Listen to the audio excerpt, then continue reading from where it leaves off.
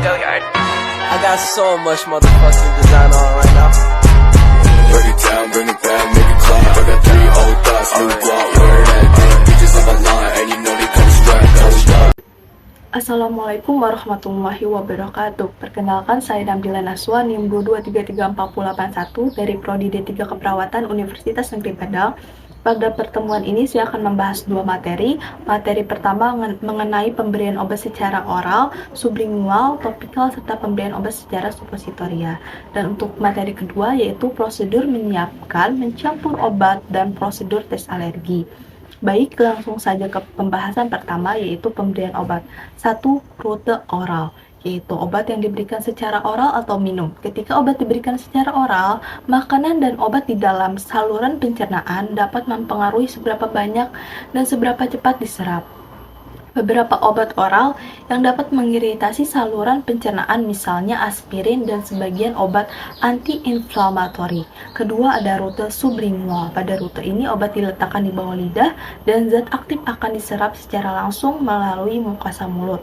Contoh obat sublingual yaitu isorbit dinitrat untuk mengatasi nyeri dada pada penyakit jantung, buprenorfin dan lorazepam. Ketiga ada rute topikal, jenis obat yang cara pakainya dioleskan langsung pada permukaan kulit kita atau selaput lendir. Tujuan pemberian obat pada kulit maupun selaput lendir adalah agar obat dapat memasuki tubuh langsung melalui area tersebut.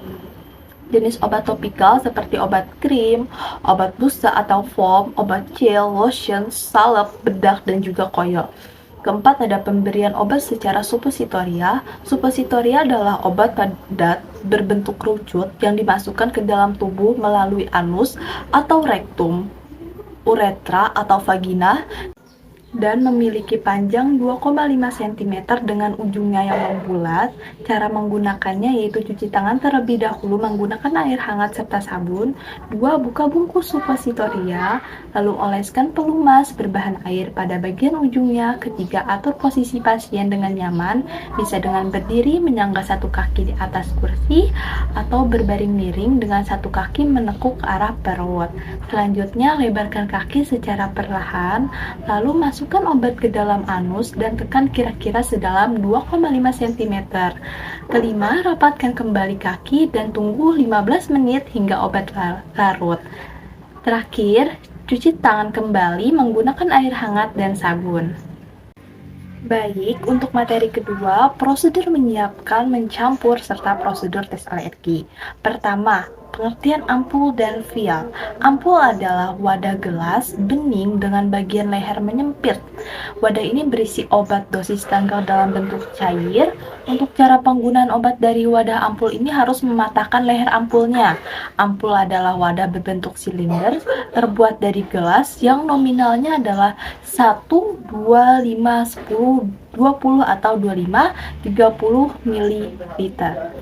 Pil adalah wadah dosis tunggal atau multidosis dengan penutup karet di atasnya. Cap logam melindungi penutup steril sampai pil siap digunakan. Pil berisi medikasi dalam bentuk cair atau kering. Pil merupakan sistem tertutup dan harus menyuntikkan udara ke dalam pil untuk memudahkan mengambil cairan di dalamnya.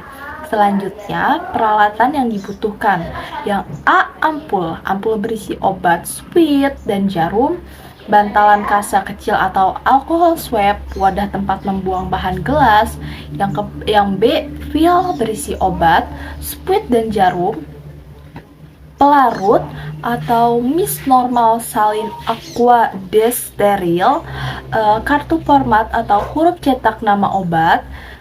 Ketiga, prosedur. A. Kumpulan suplai atau peralatan diare kerja pada ruang obat. B. Periksa setiap kartu, format, atau huruf cetak nama obat pada label di setiap ampul atau vial. C. Prosedur obat dalam ampul. 1. Ketuk perlahan bagian atas ampul dengan jari hingga cairan keluar dari leher ampul. Kedua, tempatkan kain kasa atau alkohol swab, oleskan atau kelilingi alkohol kering di sekitar leher ampul. Ketiga, patahkan leher ampul dengan cepat dan jauhkan dari tangan. Keempat, isap obat dengan cepat, pegang ampul terbalik atau letakkan di atas pada permukaan datar. Masukkan jarum squid ke dalam bagian tengah lubang ampul. Jangan biarkan ujung atau batang jarum menyentuh tepi ampul. 5. Aspirasi obat ke dalam squid secara perlahan, menarik kembali alat pengisap. Keenam, pertahankan ujung jarum, lalu miringkan ampul supaya semua cairan di dalam ampul terjangkau oleh jarum. Ketujuh, apabila gelembung udara teraspirasi, jangan keluarkan udara ke dalam ampul. Kedelapan, untuk mengeluarkan kelebihan gelembung udara, pindahkan jarum, pegang squid dengan jarum mengarah ke atas. Ketuk sisi squid untuk membuat gelembung udara menuju jarum. Tarik kembali pengisap sedikit dan dorong pengisap ke arah atas untuk mengeluarkan udara. Jangan sampai mengeluarkan cairan. Kesembilan, apabila cairan dalam squid kelebihan, buang ke dalam bengkok. Pegang squid dalam posisi vertikal dengan ujung jarum di atas dan miringkan dengan tenang ke dalam bengkok. Keluarkan cairan ke dalam bengkok secara perlahan-lahan. Periksa kembali penunjukan cairan pada squid dengan memegang squid secara vertikal. 10. Pasang kembali tutup jarum. Ganti jarum dengan squid. Pastikan jarum terpasang aman pada squid.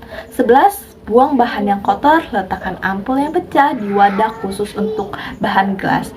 Sekian pembahasan materi pada kali ini, kurang lebihnya saya mohon maaf. Wassalamualaikum warahmatullahi wabarakatuh.